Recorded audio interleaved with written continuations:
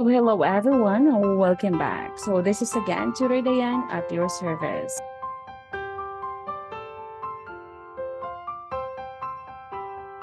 So for today's video, we're just going to discuss about subject-verb agreement. Okay, and this was written by Abby Potter Henry, but I'm going to do here is I'm just going to discuss it. Okay, so let's get started. So subject-verb agreement means that the subjects and verbs must always agree in number. Not only does a verb change its form to tell time, but it can also change its form to indicate how many subjects it has. Okay, for example, take the verb run. When we are in the present tense, the verb run changes form to show that its subject is singular when its subject is anything but I or you. Okay, so now study the following chart. Okay, this is for singular subjects and for the plural subjects. Okay, for the first person, I run, and in the plural, we run. Second person, you run. For the plural, you all run. Third person, he runs, the boy runs. Okay, for to make it plural, they run. As you notice, okay, there are differences. Okay, did you notice that in the third person singular, and, okay, there is S was added to the verb form, third person. The fact is that all present tense verbs have an S added to them when the subject is in the third person singular. Okay, so it's in a rule that we're going to add S for the subject in third person singular, just like this one. He runs, she runs, the boy runs for the singular, and for the plural, they run.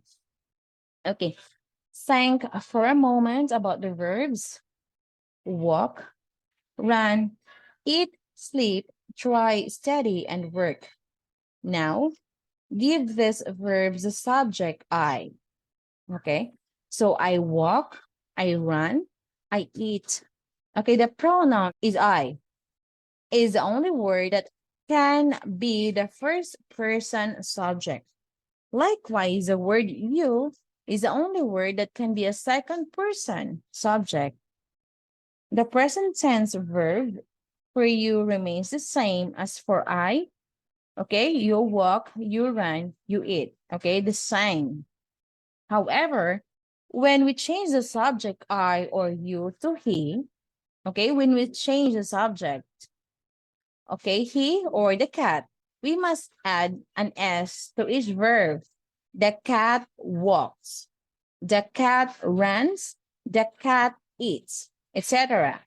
This is the simple rule that most of us automatically use without even thinking, and it applies to every singular third person verb in the entire English language. From walk, walks, to run, runs, to laugh, laughs, to cry, cries. These also include the helping verbs do, does, is, are, and has, have. Okay. Well, we're not likely to write or speak the following sentences. I walks, they walks, the cat walk. If we do, we create a subject-verb agreement error. Okay, so now let's move on to the 13 rules of subject-verb agreement. Okay, for number one, two or more subjects joined by and. Take note, two or more subjects joined by and are considered plural and require a verb form without S. Without S, okay, two or more subjects, okay, joined by and, okay, without an S. Example here, we have Jen, and Bob walked to the store. Okay, so Bob and his brothers walk to the store.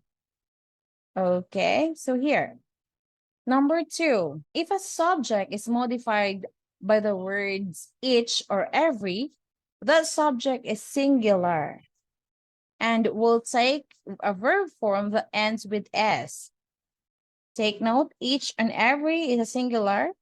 Subject, then we'll take a verb that ends with S. Example here, each boy and girl walks. Girl walks to the store. Okay, so number 3, if plural subjects, plural, 2 or more subjects are joined by or, nor, or but, the verb must only agree with the subject that is closest to it. Okay, must only agree with the subject that's closest to it. Example here, we have either Bob or his brother walks to the store. So our subject here is brother. This is the closest to our verb. Brother is our subject, so walks. So here, neither Bob nor his brothers, plural, walk to the store. Not Bob, but his brothers walk to the store.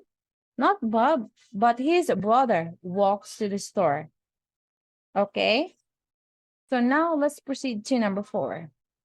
Indefinite pronouns. When we see indefinite pronouns, it is not specific. Okay?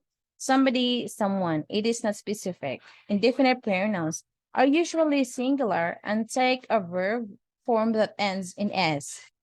Singular. You will find a list of indefinite pronouns at the end of this handout. Okay, example here, we have everyone walks to the store. Okay, singular, and take the verb form that ends in S. Okay, everyone walks to the store. Everything comes back eventually. Number 5, the subject of the verb is never in a prepositional or verbal phrase. Okay, so therefore, you must isolate the phrase and find the proper subject. Example here, the mother duck. Okay, this is the phrase, prepositional phrase. Okay, with all of her little ducklings. Okay, your verb here is the mother duck. Duck walks to the store. The mother duck, including all her ducklings, walks to the store. Here, including all her ducklings is also a prepositional phrase. So here, the mother duck walks to the store. Okay? You should identify your subject, and then you identify your subject, and then you decide for the verb. Okay, so some indefinite pronouns and nouns will be singular or plural depending on the object of the prepositional phrase. These words are always about number or amount, such as all, half, some, none, most part, etc. Okay, example here we have some. Some, okay, indefinite pronouns. Okay, so your subject will depend also in the prepositional phrase. Okay, it will affect, and you are going to consider it as well. Okay, some of the students. Okay, this is your prepositional phrase. You have students. So some of the students are gone. Okay, some of the cake. Since cake is singular, so is gone. The mother duck and all of her duckling walk to the store. Okay, duck and all is your subject. So plural, walk to the store. Okay, for number 7, when a collective noun such as family, group, committee, or class is the subject, the verb will end in S. Example, my family with all my crazy cousins always walks to the store. Okay, for collective noun, you're going to, your verb will end with S. This one. Okay. So remember, family, group, committee, or class. The subject verb will end with S. So number 8, a few nouns such as economics, mops, measles, or news end in S, but are considered singular. You can tell these S words are singular because if you take the S away, you don't have a noun. For example, economic and new are adjectives that describe a noun.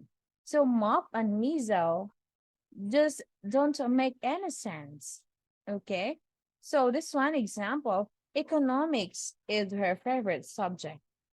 Okay? And so for number 9, when the subject is a unit of measurement of time, distance, money, weight, etc., the unit is considered singular. Singular, and the verb will end in S. Example, 10 pounds of chocolate is too much to eat at once. 10 pounds is considered as a unit, is. 13 feet of kite sting tangles very easily. So 13 feet tangles, singular, singular. Okay, rule number 10. In a question or in a sentence that begins with there or here, the verb will often come before the subject. Okay, so for this part, where is my sweeter? Okay, sweeter is your subject, is your verb. There are my sweeters. Okay, sweeters, plural, are. Okay, so for number 11, the verb must agree only with the subject. Okay, agree only with the subject. Example here, the biggest problem we face. So the subject here is problem, is all the squirrels that have rabies around here. Okay, so this one, biggest problem. So this is just your subject. So you are going to use singular verb. For number 12, gerunds. When we say gerunds, those are words ending with ing words that can be subjects and follow all the same rules above. So example here, running with ducks is my favorite sport. Okay, so running is your subject, is your verb, my favorite sport. Running to the store and flying through the air are my favorite sport. Okay, your subject here are running and flying. So you're going to use a plural verb, which is are. Okay, number 13. When using who, that, or which, you must look for the noun these relative pronouns are referring to in order to determine whether the subject is singular and will have a verb ending in S, or the plural and have the verb without an S. So for example here, the girl who eats cake is happy. Eats is. Okay, girls eat, girls plural, girls who eat are. Girls who eats cake is happy. Okay, so it depends. You just follow the rule. Okay, so here, words can cause confusion with subject-verb agreement. So indefinite pronouns that always take a singular verb. Indefinite pronouns, singular verb form. Okay, anybody, anyone, anything, each. Either, everybody, everyone, everything. Neither, nobody, no one, nothing. One, somebody, someone, something. Okay, so for the peculiar pronouns and nouns that can be singular or plural depending upon context. Notice this all refer to amount. Okay, so all, most, some, none, half, part. Common prepositions. Remember, a subject never shows up in the prepositional phrase, but these phrases often come between a subject and its verb. We have here about, at, between, in spite of, over, until, above, because of, by, into, past, up, across, before, during, like, through, upon, after, behind, except, near, till, with, among, below, for, of, to, without, around, beneath, from, on, toward, as, beside, in, unto, under. Okay, now let's proceed to pronoun agreement. Pronouns that take the place of a noun must either plural or singular, just like the noun they represent. Okay, so for example here, everyone has his or her own way of thinking. So your subject here is everyone, so we're going to use singular, okay, his or her. Not this one, everyone has their own way of thinking. So everyone, this one is singular and this one is plural. So there, it's incorrect. All the rules of pronoun agreement are based on the rules of the subject-verb agreement. So the pronouns must also agree in example here. But this one, I love the beach because you can get a good time. This one, your subject is it I. Why is it you? Okay, you must be consistent. Okay, I love the beach because I can get a good tan. Okay, so guys, if you find this video informational, please consider giving this a thumbs up and consider subscribing so that you'll be updated with my next upload.